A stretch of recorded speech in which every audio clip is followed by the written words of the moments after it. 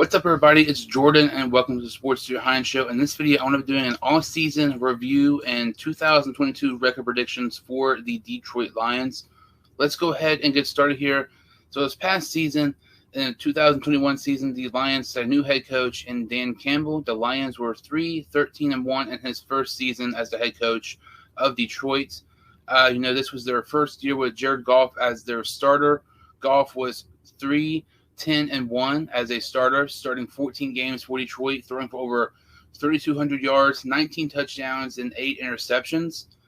And you look at those stats; those are all right stats. The interception ratio over 2-1, over 3,000 passing yards. It's over 220 passing yards a game. I feel like Goff's stats are really deceiving. He's not nearly as good as the stats indicate, but he's going to be a big factor and big reason if the Lions are good this season. It's going to have a lot to do if Jared Goff is successful or not. Looking at the running backs here this past season, Jamal Williams rushed for over 600 yards. He also had 3 touchdowns as well.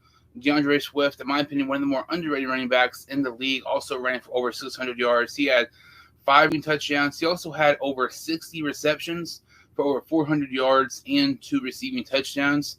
The wide receiver group, to me, is very, very underrated. Armani St. Brown last season as a rookie had 90 receptions, over 900 yards, and 5 touchdowns. TJ Hawkinson in 12 games managed to have 60 receptions, over 550 yards, and 4 touchdowns. Khalif Raymond had over 45 receptions, over 550 yards, and 4 touchdowns. And when you look at some of these, offseason moves that they were able to do in the offseason, by getting more offense talent, I really think this Lions team is capable of doing a much better offense this upcoming year. And when you look at the Lions, they have one of the best offensive lines in the NFL, led by Taylor Decker, Penei Sewell, and Frank Ragnow. So when you look at the Lions this past season, when Armani St. Brown has over 90 receptions and 900 yards as a rookie, Khalif Raymond, who had over 45 receptions, and you also have TJ Hawkinson, who only played 12 games but still managed to get 60 receptions as a tight end. In the offseason, they bring in DJ Chark. Chark this past season only played 4 games for Jacksonville due to a season-ending injury, but the year prior, he had over 700 yards and 4 touchdowns for the Jaguars. And the year prior to that, he had over 1,000 receiving yards for Jacksonville.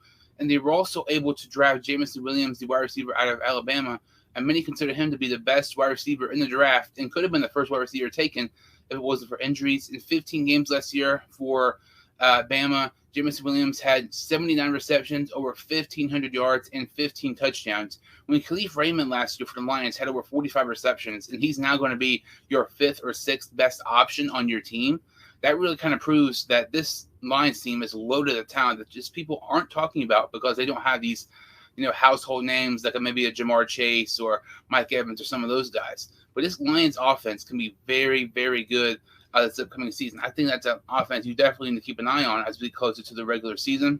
Looking at the defense here, they didn't really make a ton of splashy moves on defense. It was more so on offense, but obviously they drafted Aiden Hutchinson, 2nd overall, from Michigan University. That was a great pickup there. Really surprised Hutchinson was available at the 2nd pick overall. He had 14 sacks last year for Michigan, and I think that is huge for the Detroit Lions because when you look at the Lions last season, they re-signed Charles Harris. He had 7.5 sacks last season and 10 tackles for loss. They re-signed Harris, like I mentioned, but he was the only Lions player to get more than 5 sacks. So when you have Harris, who has shown potential these past couple of years, you bring in Aiden Hutchinson. That's a nice, edge duo there for Detroit. They were also able to bring back Tracy Walker and Will Harris. Both of those guys were able to manage over 90 tackles last season. And then you also have Armani Albarrari. I know I messed that name wrong. He had 6 interceptions last year for Detroit. Really promising young player for the Lions secondary. But he was the only player for the Lions last year to get multiple interceptions. That's something to keep an eye on here. They basically get Jeffrey Okudah back. He only played 1 game last season. He got out for the season with an injury early on last year. So it's interesting to see how he will play for Detroit this upcoming season. But when you look at the Lions, to me, this is a team that people are really sleeping on. I think this team is capable of, being around 500 or so. But here is my wins and my record prediction for the Detroit Lions. These are the wins I have for the Lions in the upcoming 2022 season. Something to look in here is I know I have some upset wins, and I also have some games that they shouldn't lose. I have one of these for at least every single team Because, when you look at it, well, why are the Lions beating the Vikings and the Cowboys, but then they might lose to like the Panthers or Jets or something like that? Well, it always happens every single season. A team beats a really, really good team, and then that same team loses to a crappy team.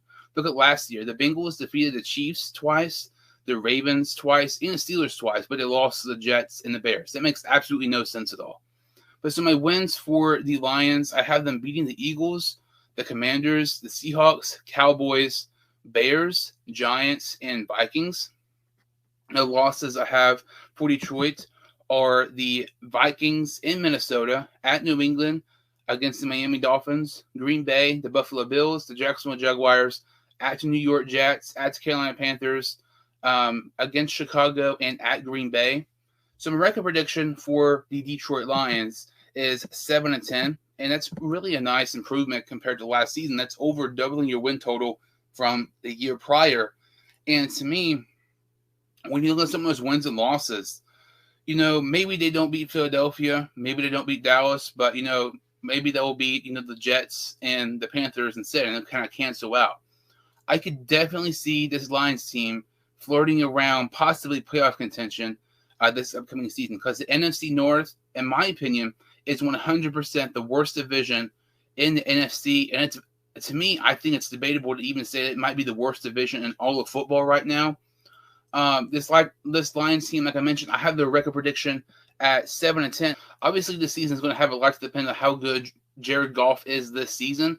If Jared Goff is really, really bad, don't expect this Lions team to win any more than like 6 games. But if Goff is good, this Lions team could be very dangerous. My ceiling for Detroit this upcoming season is 10-7, and that's going to have to be if Jared Goff can play as a really, really good quarterback, because he has tons of weapons. He has a top 5 offensive line. There's no reason Jared Goff should not be really promising this season for the Detroit Lions. My floor for them is 4-13. Like I said, Goff, if he is horrible this season, I still think they win around 4 or 5 games or so. But it's going to be very interesting with the Lions. Dan Campbell is a very promising young head coach.